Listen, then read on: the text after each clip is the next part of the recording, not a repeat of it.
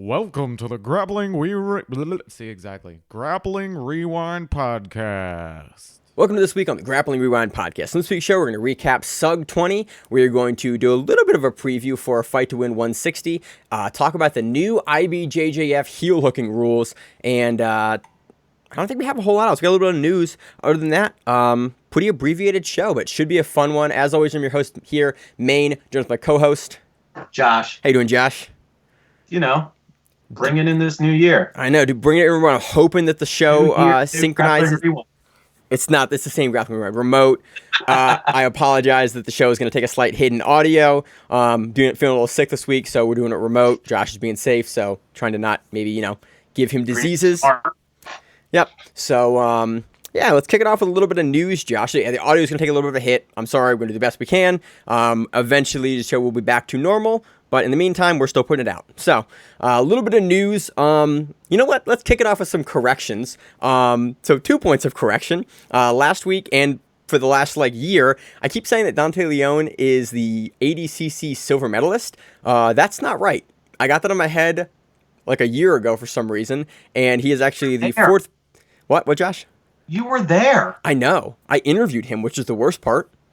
And the third place medalist and the second place medalist. Yep, he's the fourth place medalist, fourth place person at ADCC 2019. So I'm going to try to hopefully correct that in the future. Also, last week, the dope finals match in Pains we were talking about was Dominic Bell and Batista. So I got that wrong as well. Still, go back and watch that match. It's a great match, but trying to do some rewind redacts, bring in 2021, starting anew with hopefully more correct information, because that was kind of the point of the show at the beginning anyway. So, let's kick it off with a good foot. What else we got? So next week we're probably talking about the Flow Grappling Awards. We used to do our award show the same time that Flow did it, but Flow and has now bumped their award show back by 2 weeks. They bumped it back a week last year, and now it's 2 weeks this year from the beginning of the year, so our lineups don't ever line up anymore. So we usually like to talk about what they put up the following week, because I always find their selections interesting and noteworthy, especially in this notoriously kind of quiet period of the new year. What other we got for news, Josh? Anything else good? If you have an Android device, you can download that mobile jiu-jitsu game. It's called IBJJF. I downloaded it and started playing it while Maine was setting up, and then completely started ignoring Maine because I was trying to pass it to guard and then submit my opponent. It's kind of if you're really dorky and you play Dragon Ball Legends, it's kind of like that, where you pick cards and the two cards compete against each other, and it's see who wins, and you get to different positions. But they have all the rules, so I'm excited to try to reap the knee and get disqualified. Not anymore, unless you're a black belt. So in Nogi and in IBJJF, you're good to go. So we'll talk about that a little bit later in the show, but all the changes. IBJJF has a nice PDF out, but we'll talk about that in a minute. Basically explain through all of the new rules that allow you to explode knees in 2021, and that's great. Next week, we're going to talk about some cool matchups, but I want to preview them now. Fight to Win 160, taking place, I think, on the 16th of January coming up. We have a headline match that I am amped about. Vagner Rocha taking on William Tackett. We have Jonathan Grace taking on Hugo Marquez. And we got Gabriel Almeida taking on Pedro Mourinho. Super amped for that match. I think Vagner's an even greater step up than Felipe Andrew for Tackett, and just really curious what he's going to do. I mean, Vagner's 85, Tackett is 70, but he's actually ranked. Well, he's actually ranked higher at 85, which I think is hilarious, even though he's kind of a natural 170er. So super interested. I'm going to watch a couple of their matches ahead of that, just trying to pick some style matchups. I am amped. That is an outstanding matchup, and we're starting the new year right with that one. Other than that, there is Jonathan Gracie versus Hugo Marquez on that card. Gabriel Almeida versus Pedro Mourinho. Did you just zone out when I said that? No. I'm just zipping them all off afterwards. Okay. Yeah. Junior Ocasio's on the card. There's tons of people on here, and I think Junior Ocasio still has the bantamweight strap too, for Nogi. I'm not mistaken. Because he fought the only loss he has would have been against Kendi Masayal, Cabrini Jr., and that was at a catchweight, I think at 140 or 145. So Ocasio still has the bantamweight title. So excited to see who they have him defend. He was crushing through the lineup recently towards the end-ish of last year, maybe like November-ish. He was just crushing through folks. So excited to see him back on the cards. Frank Rosenthal's on the card. Oh snap! That'd be good. He might actually be facing Ocasio. It wouldn't. No, Rosenthal's going against Mauricio Gomez. Oh, that'll be exciting. Ocasio is going against Adam. Or no, what the hell? Sorry, I'm using Instagram. Yeah, you have a different lineup than I just have the flow. I just have Flow Up pulled up right now, and it only has the top 3 matchups. It doesn't have the He's rest of the going lineup. against Adam Ferrara. Okay, nice. All right, so I think that does it for news, Josh. Anything else you want to kind of talk about for news, or? Nope. All right, let's move on to the recap section. Chael Sonnen putting together Submission Underground on like 6 days' notice. It was a Wednesday card midweek. So we previewed it a little bit last week. It was a quick card. I think the whole event ran about an hour and 48 minutes. I'm a big fan of quick cards. There were some very interesting matchups on this card. Definitely in SUG fashion. Josh, where do you want to start with? The top or the bottom? Where do you want to go from? Let's go to the top and work our way down a little. Mason Fowler defeated Ryan Bader for the Absolute Championship via like a violin arm lock in 139 of regulation. The second violin arm lock that we saw on this card. If you're not familiar with a violin arm lock, one of my favorite moves, just typically not actually a super high finishing percentage for the black belt level. It is the arm lock that you get when someone is in the guard and then they go to post the top of their arm over top of the person in guard's neck. Shoulder crunch. It's a short arm crunch. Yeah. You just don't. Gordon Ryan uses it a lot to sweep. Gary Tonin uses it to sweep. They call it the Gringo sweep. I used it for years, and then I watched a Gary Tonin instruction. I was like, it's a name. It has a thing. And then watched a bunch of other footage on how to do it better. You just typically don't see them finished as submissions. Josh, when's the last time you... When you have like such a disparity in jiu-jitsu skills, and like the lead into this was such a joke from Chael. Like, stop. Like, I had it on mute. I tend to mute the SUG cards now. They need to get Chael a second. Somebody to talk with. They need to get him. They need to just eliminate him from the speaking in general, because he 95% of the time has no idea what he's talking about. It's interesting considering Chael fought at ADCC. Like, he's not a junior grappler. Like, he knows what he's doing. He knows. He wrestled at ADCC. Let's be real. He didn't fight. Yeah, but still, like he has just the shit he says is ridiculous. Like Craig Jones being the one that brought like lower body attacks to the forefront of the grappling scene. It's like, yeah, maybe if you started jiu-jitsu like 2 years ago, maybe he did, but yeah, you know, he says some things. I tend to watch it on mute and just watch it. He says some dumb ass shit. He definitely does. I tend to watch it on mute and just appreciate the jiu-jitsu at hand. This one ends real quick. Bader just pushes into Fowler's guard, and Fowler goes, "Gotcha," and then got him, and that's the entirety of the bout. He tried to push him up against the cage, like, "Oh, you can't do a submission." It's like, if he escapes his hips out, which he did, and he just fucking arm bars you, that's what's gonna happen. And that is what happened. Yeah. Not a whole lot. Again, I really want to have more to take away from this because it's the only event we're covering today. There's not a whole lot to take away. That's what happened. Next match, Craig Jones, having a speech issue here. Craig Jones versus Satoshi Ishii finishes that via rear naked choke in a little over 2 minutes in regulation. Honestly, the thing that got me most here was Craig Jones' initial back take was super slick. Satoshi goes and pressures into him, and Craig Jones, in essence, sort of just like does a front snap down from his ass and then sits out and just gets on Ishii's back from Ishii's really, really heavy forward pressure from his knees. It was super slick. It's something you honestly don't see a whole lot, but Ishii is like a human brick with no neck. And I think that's the title of this episode is how Craig Jones choked a man with no neck. And if you're listening to the show and that's what you clicked on, you're welcome. And then really, Ishii just keeps grabbing Craig's fingers repeatedly until Craig has to readjust like twice and then sinks the choke in really deep from the backpack. Ishii is not a good grappler on the ground. No, he's really not. I mean, his stand-up is good. Like, if you watch the fight with him versus Frank You're Mir, saying an Olympic judo gold medalist is good on his feet. Yeah, Josh, that's what I was implying. I was implying he got that dope-ass stand-up work. Yeah, he's amazing on the feet. And if you watch his match with Frank Mir, which is not a great match, but it has some interesting exchanges no-gi on the feet, you see that. But on the ground, he has a very, very... Like, he kind of does one thing. He gets on like a turtle position, and he pressures forward into you. And then if he can overwhelm you, he gets on top of you. And if he can't, then it ends up in this weird match where he's really not passing the guard, but you really can't submit or break a human brick. And so it ends up in this weird stalemate match. Craig is able to get around Ishii because that's sort of what Ishii's going to do. And then just continually fight the rear naked choke for about 2 minutes. And then the ref, honestly, I looked at it. I couldn't actually see any time that Ishii was grabbing less than 3 fingers. I'm not sure if you saw anything, Josh.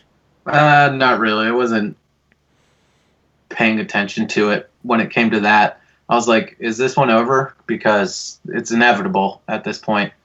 And in my ear, Chael Sonnen again is just talking out of his ass.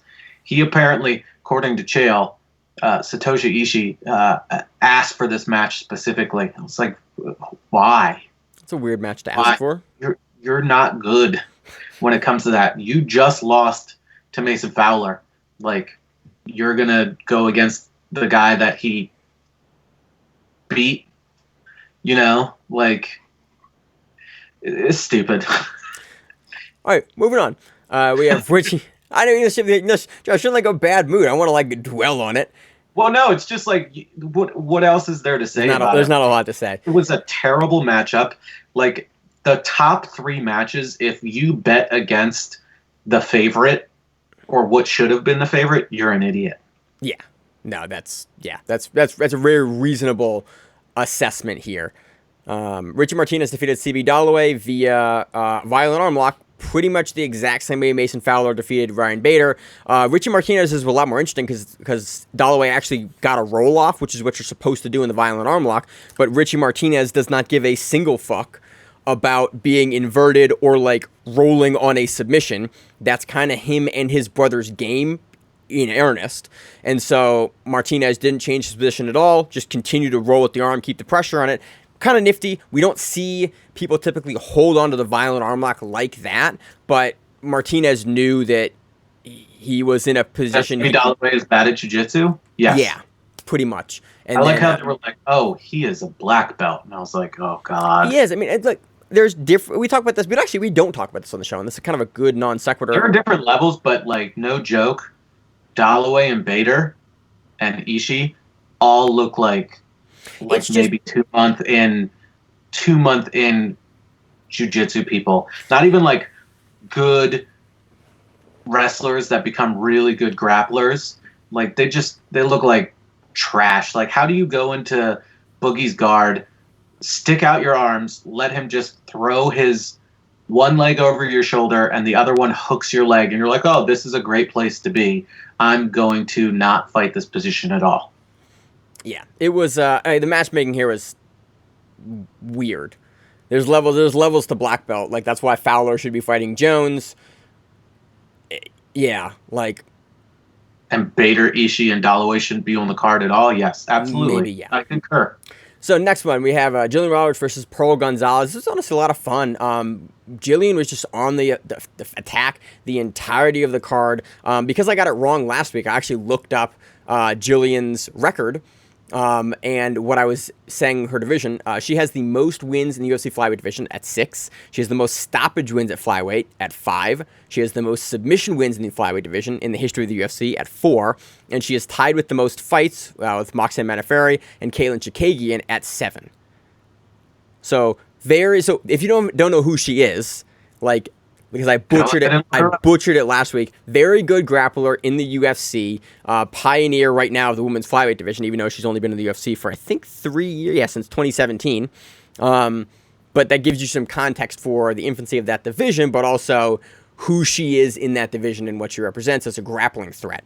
So it was really cool to see her come in, show off in a pure grappling style matchup, and just pretty much be relentless. Like, this was one of my favorite matches on the card. If the next match that we're going to talk about wasn't on the card. I also love a submission in regulation.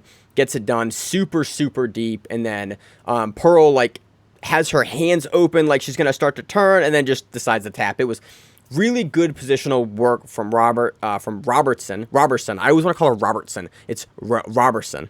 Well, on what I have, it has a T, so yeah, Robertson. So yeah, really, really fun match. I honestly like women like Gillian Robertson on the card because she is a like active submission threat in. Did I mess up the name again? You said Gillian Roberts, and it sounded like that one fitness coach that was on that weight loss show. Yeah, I know what you're talking about, but I don't watch those shows. Yeah. Next match, we have Gabriel Gonzaga defeating Hunter Colvin via armbar in 1 minute of overtime.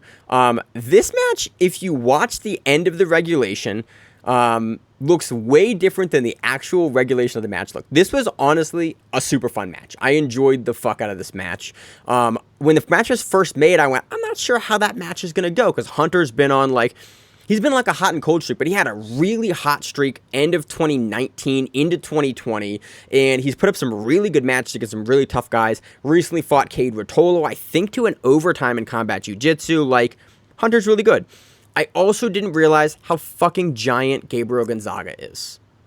Have you seen the size of the man's head? Dude, I hadn't, and his beard. It's like bigger than mine, and that's hard to do. Dude, he's a giant dude. I just didn't realize how big he was, because the other guys I've seen him fight, like Sean Durfee and other, like, I've just other guys that are like 6'5". Yeah, and that's 300 pounds. Yeah, and heavyweights and like legit, like true, like Zach of the show heavyweights, like big men from big places that I don't understand. Dude, fucking Hunter Colvin has like, give or take 15 locked in heel hooks on Gabriel Gonzaga, and is just turning. And Gonzaga is from the Vinny Magalhaes school of fuck a leg lock, bro. And just doesn't, like, he doesn't get his leg broken in half, but he just deals with it. And then he either fights the hands, he either starts attacking Hunter's feet, or he starts rolling. Like, this is an absolute, like, crazy display of just how far you can let the leg go and then still get out. Because Hunter is absolutely no joke on the legs. We have seen him leg lock many a black belt in his run up through brown belt, everything, even his purple. I think we were seeing him leg lock black belts, and then at black belt has, continued that trend. And so to see Gonzaga in as deep of the heel hooks as he was in for literally the entirety of regulation. There were probably 4 minutes of the 5-minute regulation that Hunter was actively working and in the process of trying to break Gonzaga's knee in half. And Gonzaga he cycled through fighting the feet, fighting the knees, fighting the hands, escaping out.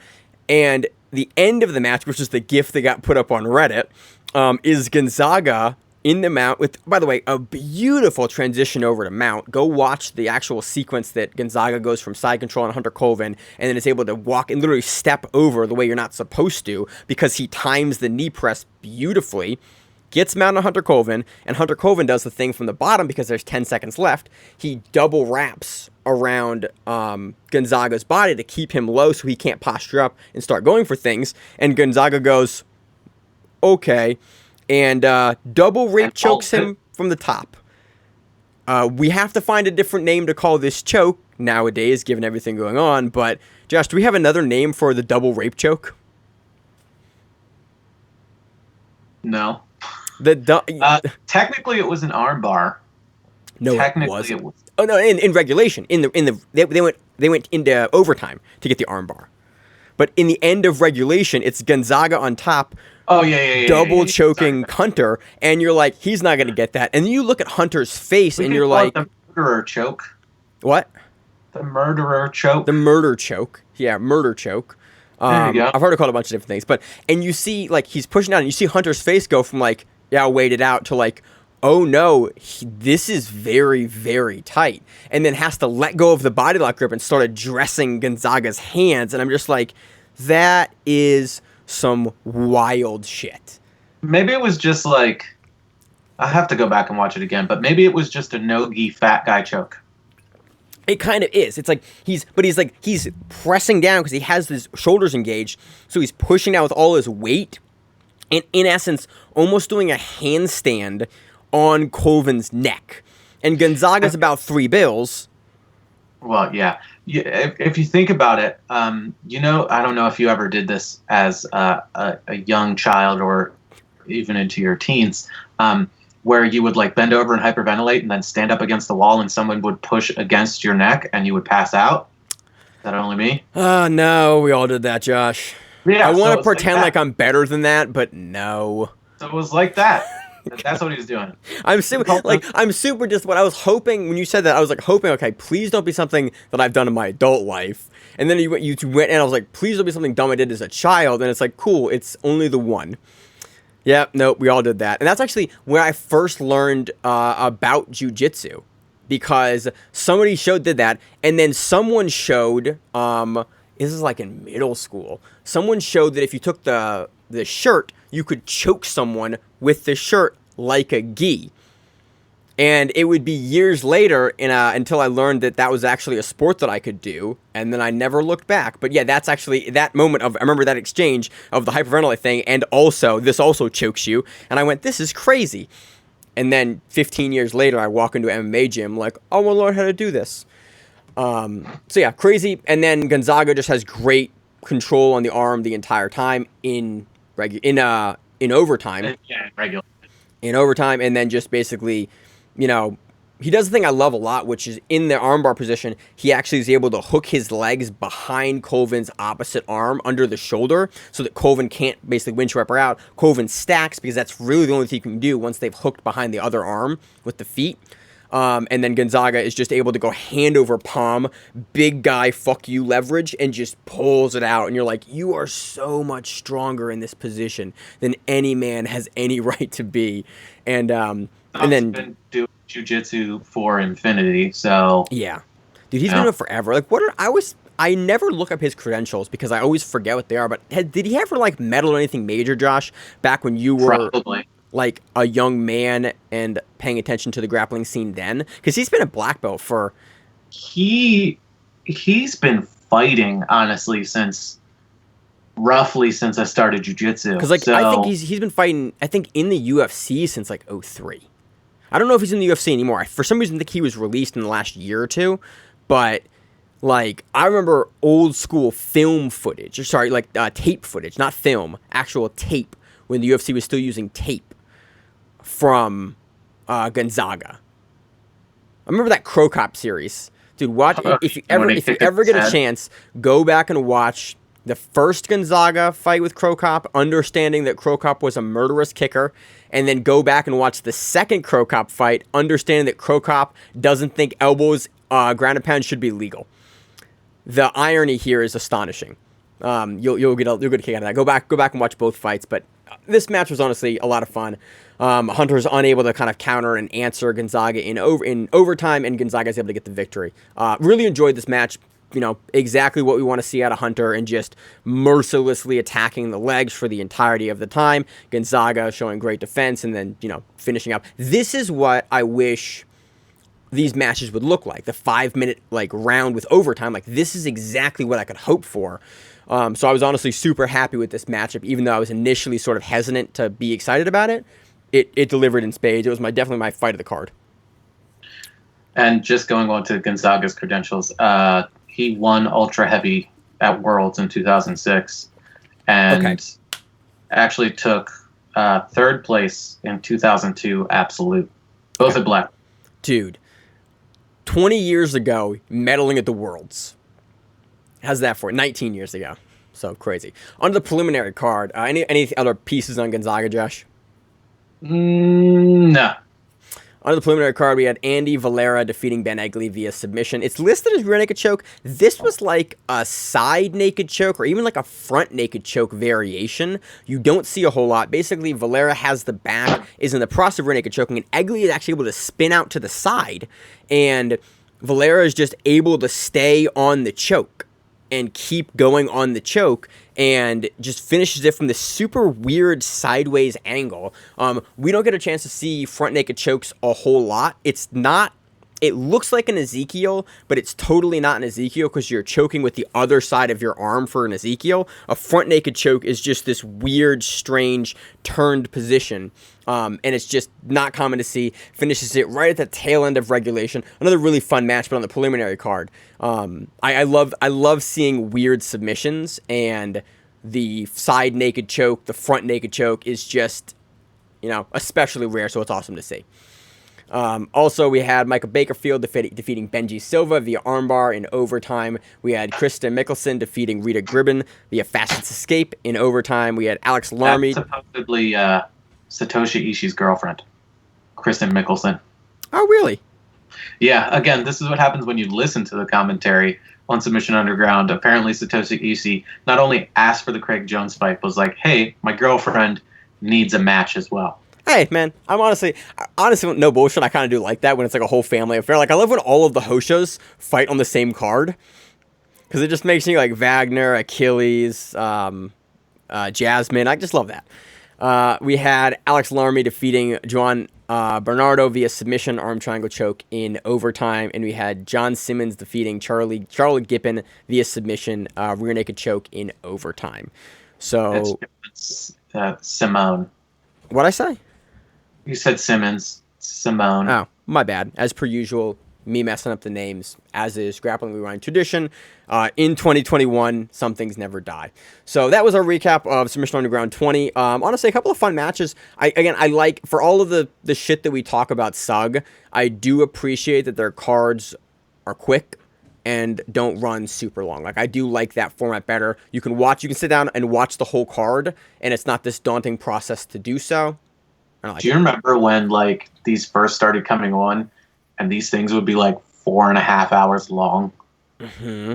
God, it was awful. Mm-hmm. And we used to cover in depth every single Grappling Round 1, we covered every single fight on the Fight to Win card. And then we learned, we were like, this is not a sustainable podcast setup. This is impossible to do. Yeah, it was. Don't listen to the first show. If you're gonna start listening to the back catalog, start in the 60s or the 40s. I think by the 40s we had it figured out. Start around when Josh leaves. No, that actually is kind of funny because you leave at about episode 44. I think 45. Yeah. Good times. So right when Josh leaves, we figure out what the show is supposed to be, and then Maine gets it together, and the show turns into the great show that it is now. So that does it for our recap of SUG 20. Let's move on to my favorite topic, and for some reason I'm a weird person. The new IBJJF heel hooking rules. In 2021, they heard your cries. Everyone voted. So here's a peek behind the curtain. What IBJJF does whenever they institute and change new rules, and they do rule changes every 2 years, is they poll, or they get a big group of all of the top competitors and coaches together, mostly the coaches from the big teams, and they go, hey, we're proposing these rules, and they do a big round table, and then everyone basically votes. Do you want to do this? And Drysdale, on his podcast, Breaking the Guard, talked about this meeting. And basically, what happens and what they do. And basically, look, all of the head coaches agreed that we should have heel hooks in Nogi, except for Comprito. Comprito was the one guy that was like, we shouldn't have heel hooks. Okay, cool. Which I just thought was funny. You don't know who Comprito is. Comprito's old school competitor, coach. Did you say you don't know who he is? No, I said if you don't know who Comprito is. See, this is why doing it remotely is so much harder, because I slur so much as it is. So Comprito, go back and watch Comprito. He's a gangster, but he got overruled, and so now we have heel hooks in the IBJJF. IBJJF has been nice enough to generate like a nice little PDF of basically all of the major rule changes starting January 1st, 2021. Some information about serious fouls, and basically the biggest things is, in Nogi, you can now do a straight foot lock in the direction of the foot not under attack, which is a new one. You can do a twisting like knee lock. You can do a heel hook, and you can knee reap. Can reap, which is crazy, and you can do an outward pressure toe hold, which is like crazy because these are the biggest changes I have ever seen in the IBJJF, hands down. Well, I just want them to include suplexes where you can drop somebody on their head, and then we'll be good. Oh yeah, that one rule that's an entire paragraph to explain what it is. The no DDT rule, as you put it, Josh. Oh no, not that one. I'm talking about just the suplex takedown technique. Oh yeah. Where if you do an arching suplex, if they land on their head or their neck, it's illegal. But if they land flat on their back, so you got to go full on like Kurt Angle suplex. What I think, honestly, I think if you go suplex, it should be 5 point. Like you should get a 5 point for that. It should be 5 point throw. That's the one thing we should take from wrestling. That and push outs of just like it's a 5 point throw. So okay, that's enough bullshit. Let's get into the actual meat of this. Which is talking about major rule changes. Big changes. They have basically banned Leandro Lo and Terere. Their little celebration they do at the beginning of the match where they put their arms out and they dance around. That's now a penalty. Which I think that's like literally the Leandro Lo rule. Like he can't do that anymore. Basically where the match starts, he disengages and then he puts his arms out and he does like a half circle around half of the mat and then engages.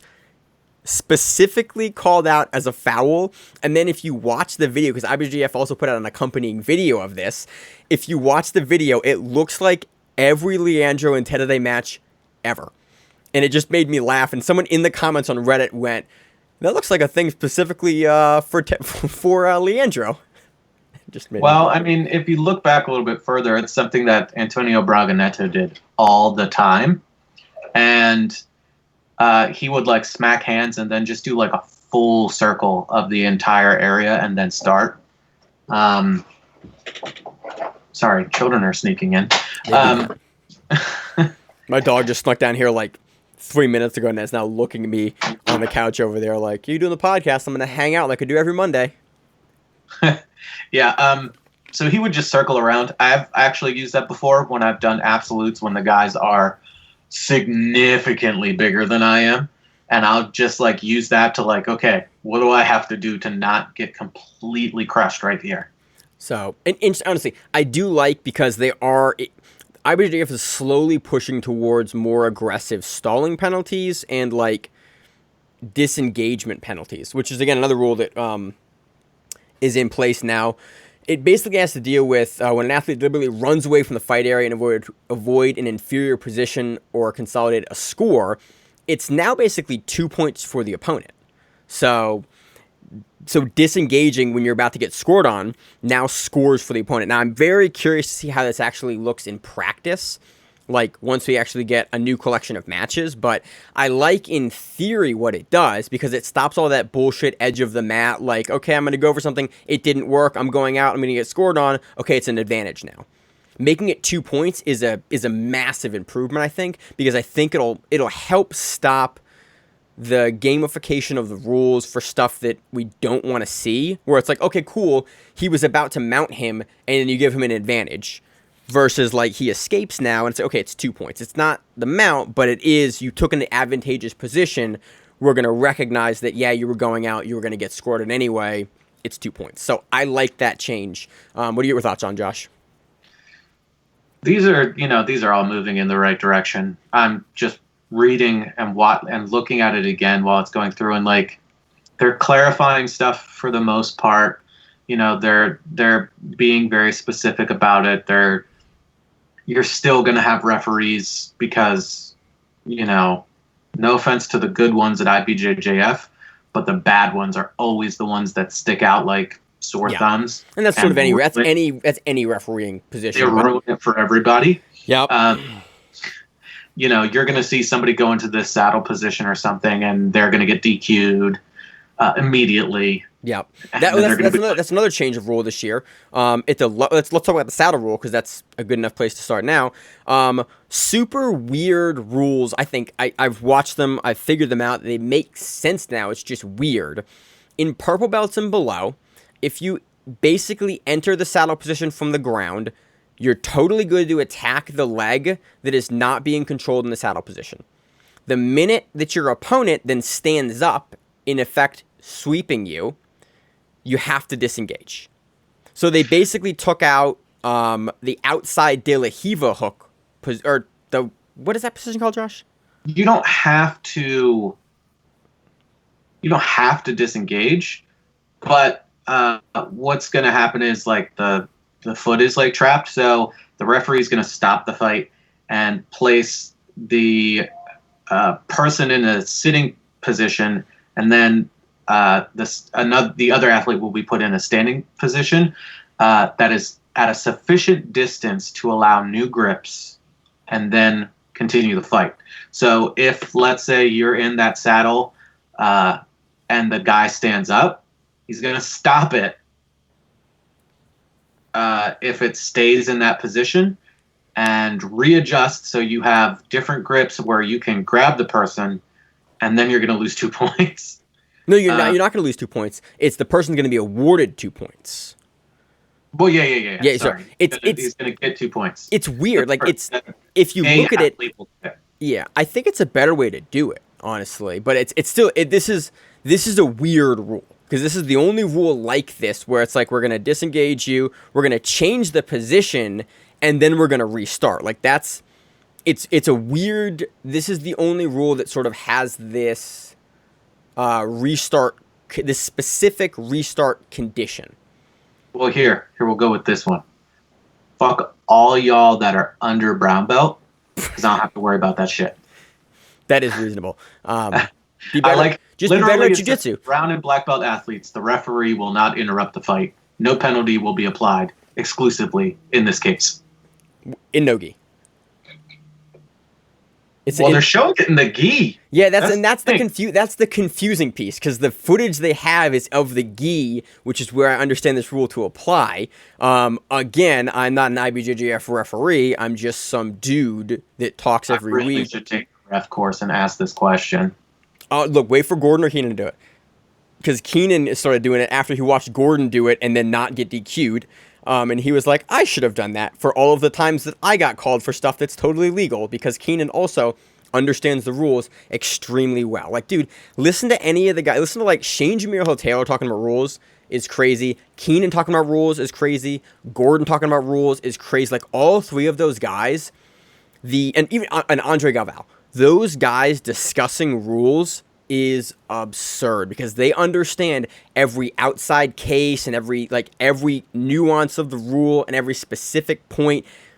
Great people to listen to talk about rules. I'm super curious if Gordon or Keenan is going to put out either A, how to exploit this, or B, what you should be doing now that this is a rule, because they've done that in the past, and it's always very interesting. I'd look for Keenan to put something out, because he very frequently does stuff like that whenever there's a rule change, especially because this affects him as a guard player from the bottom significantly now, if he can now use this leg position, especially at black belt. Well, here's the other thing, too. Like, going on to a different rule is the 50-50 rule. I know you're in Zach's favorite position, as well as Emil's. We all hate 50-50 in case no one knows. I hate 50-50 with no heel hooks. Should you do heel hooks? I'm down. Let's do it. But it's essentially when you turn in, which is a great control position, but if you bring the leg across, it's considered a trap. The outside leg, you bring it across, it's considered a trap leg, and it's now a severe foul. So you got to be careful, like, inverting off of that to make sure you don't trap the leg in there. And yeah, it's neat. Knee reaping, like, again, you can knee reap, which I think is it's a whole host of stuff. If you don't know what knee reaping is, ask your coach, because it's now relevant to you.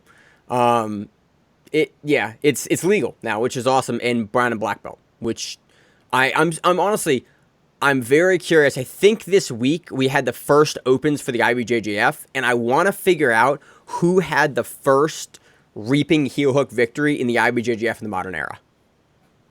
Like, I wonder who it was, because someone has that title. Someone got the first heel hook win in IBJJF in the modern era. And I'm very curious to know who it is. I'm also very curious to see who's going to have other excuses for why they're not doing IBJJF. And there are a multitude, but it can't be the heel hook rules anymore. Can't reap, can't heel hook. Okay, what now? Now you just don't want to. Well, why do I have to pay? That's honestly my argument. My argument is the registration and the other stuff. But dude, if you win Nogi Worlds, you don't have to pay ever again. That's awesome, Josh. I'm not that good. Like, we know this. That's why I do this show, Josh, because my back was broken. I needed something to do for 2 years while I healed up. There's your excuse for I why. needed to age into masters. The heel hook issue. I broke my back, so that's why I lost. It was like, dude, that was like 10 years ago. Dude, Josh, that's my excuse forever now. Like, who else breaks their back? Like, I'm that guy now. I'm the broken back guy. Who clogged the toilet? Oh, sorry, I broke my back. Exactly, Josh. It's a trump card. Yeah, so 50-50 is now dangerous. There's some rules regarding that. You turn in a certain way. Yep. But again, it's less restrictive. It's definitely moving in the right direction. I hope we're gonna get better matches. I'm very excited for this, but those are the kind of major points. Is now you can explode knees in any direction at brown and black. Given that we primarily cover brown and black belts on the show, very, very, very excited for this rule change. I am curious to see if AJP follows suit with their rule changes. AJP does their own thing. They got rid of ultra heavyweight. They do some. Sorry, really fat people. They haven't had it for women forever. Like, that's why Tiny Porfero can't do it, because she is above the women's weight limit, which is crazy to me that they're just like, nah. They're essentially going, hey, lose weight. I mean, I appreciate that, especially with the Rona and the holidays, but I also want to see, like, Mikey versus Seif occasionally, and we can't see that if Seif can't make the weight. Like, well, that's only for AJP, bro. You can see it. IBJJF. But I am curious, given AJP's much more aggressive stalling penalties, and that's sort of what IBJJF is very slowly moving towards, if they are also in their no-gi bouts going to introduce more, like, actually, does AJP do no-gi? They have to. They did. I don't know if they still do, but they did. I don't remember the last AJP event we've covered in no-gi, and I don't want to sound like an idiot. It's like, oh, they don't do no-gi anymore. They used to do no-gi. 2012 they did. Yeah. So I'm just curious about that, because AJP has also been very progressive with their rule changes. So, more organizations doing heel hooks. It's a good thing. We're changing the meta. We're coming to the modern era with Jiu-Jitsu.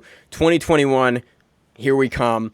I don't have a whole lot else, Josh. Do you have me to make sure I don't have any additional news I want to talk about, or anything else I want to talk about? Next week we have the Flow Grappling Awards, and then we have our preview of the next fight to win. What do you got going on this week? Anything good, Josh? Getting back to work after like almost 2 weeks off, which has been amazing. A lot of family time, hiking. That's awesome. Getting into the swing of things. I won't call it a goal. It was just something that I want to do. One of our buddies posted about it. Occasional contributor Rob Sullivan said he was going to do 300 kettlebell swings a day for the entire year. And I was like, you know what? I can do that. So I started doing that. I have to do mine a little bit later, which is fine with me, because I've been out pretty much all day grocery shopping. And, Nice. And setting up tanks for lizards that my children own.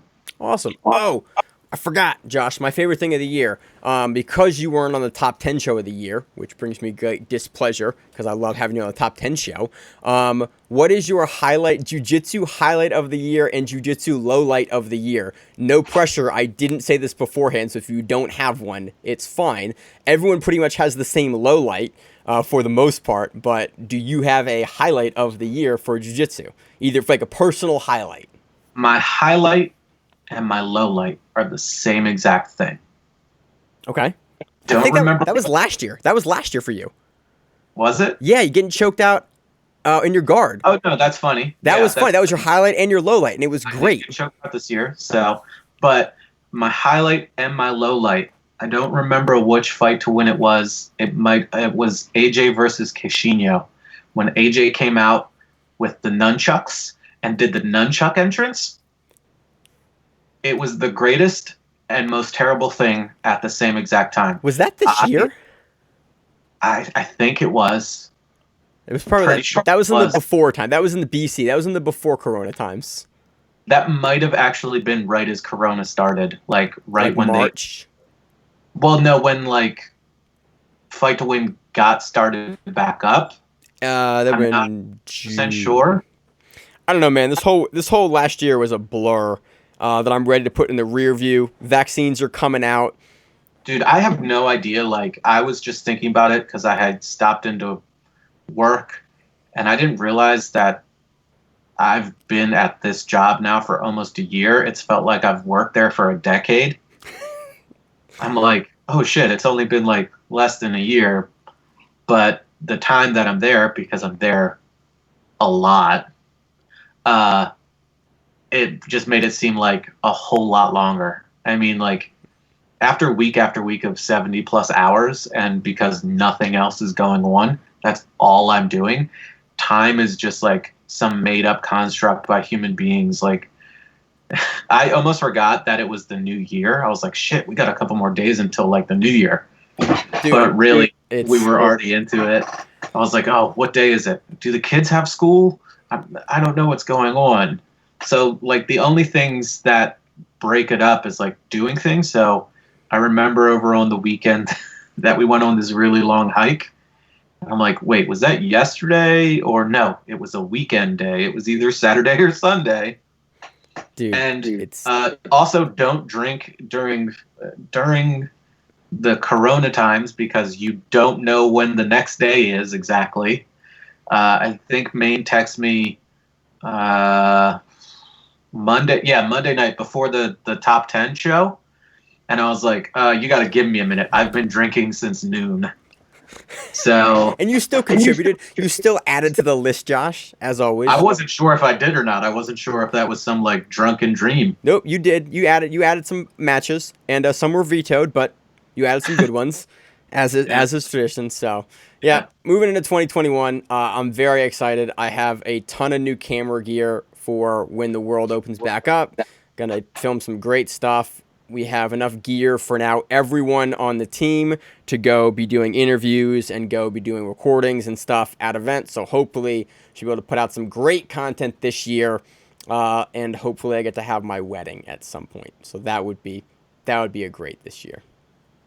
And closing thoughts, Josh. Go the way of everybody else and just go to the courthouse. Yeah, Josh, I don't want to go do that. I want to have a fun wedding. I want to do have a fun party. That's what we're doing, Josh. The wedding's going to be like 5 minutes. Don't worry about it.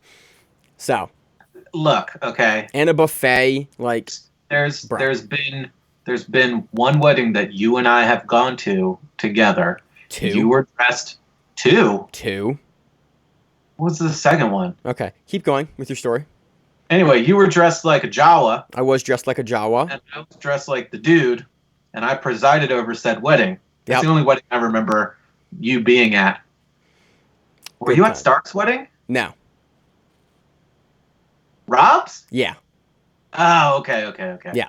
So I got really drunk at both of those weddings. So that does it for this week on the show, Josh. Any closing thoughts? I cut you off like the organ music playing at any baseball game ever. Wrap it up. Nope, that's it. Stay safe out there. If the opportunity arises, get vaccinated, but still keep wearing your mask because you're not invincible. Yep. And hopefully, I'm gonna say hopefully by the summer we're out of the woods, but I don't think that's gonna be the case. I'm hoping, Josh. Hope 2021. All right. As always in the show, I'm your host, Maine, with my co-host Josh. And we are the Grappling Rewind. Have a great. That was the weirdest intro ever. If you like the show, please consider sharing it on Facebook with the folks at your gym. It's the best way that we grow the show, and we really appreciate it. You can reach out to us on email. We also have Instagram. We have Facebook. We have Twitter. We have Google+. Until that shuts down. We have a website. If you have an event you would like to have us cover, please let us know. If you have a name, like most people do, and you'd like to have us stop butchering it, Let us know. reach out to us. The show is also available on YouTube, Spotify, in addition to iTunes and every other podcast service. We very much appreciate your time, and thank you.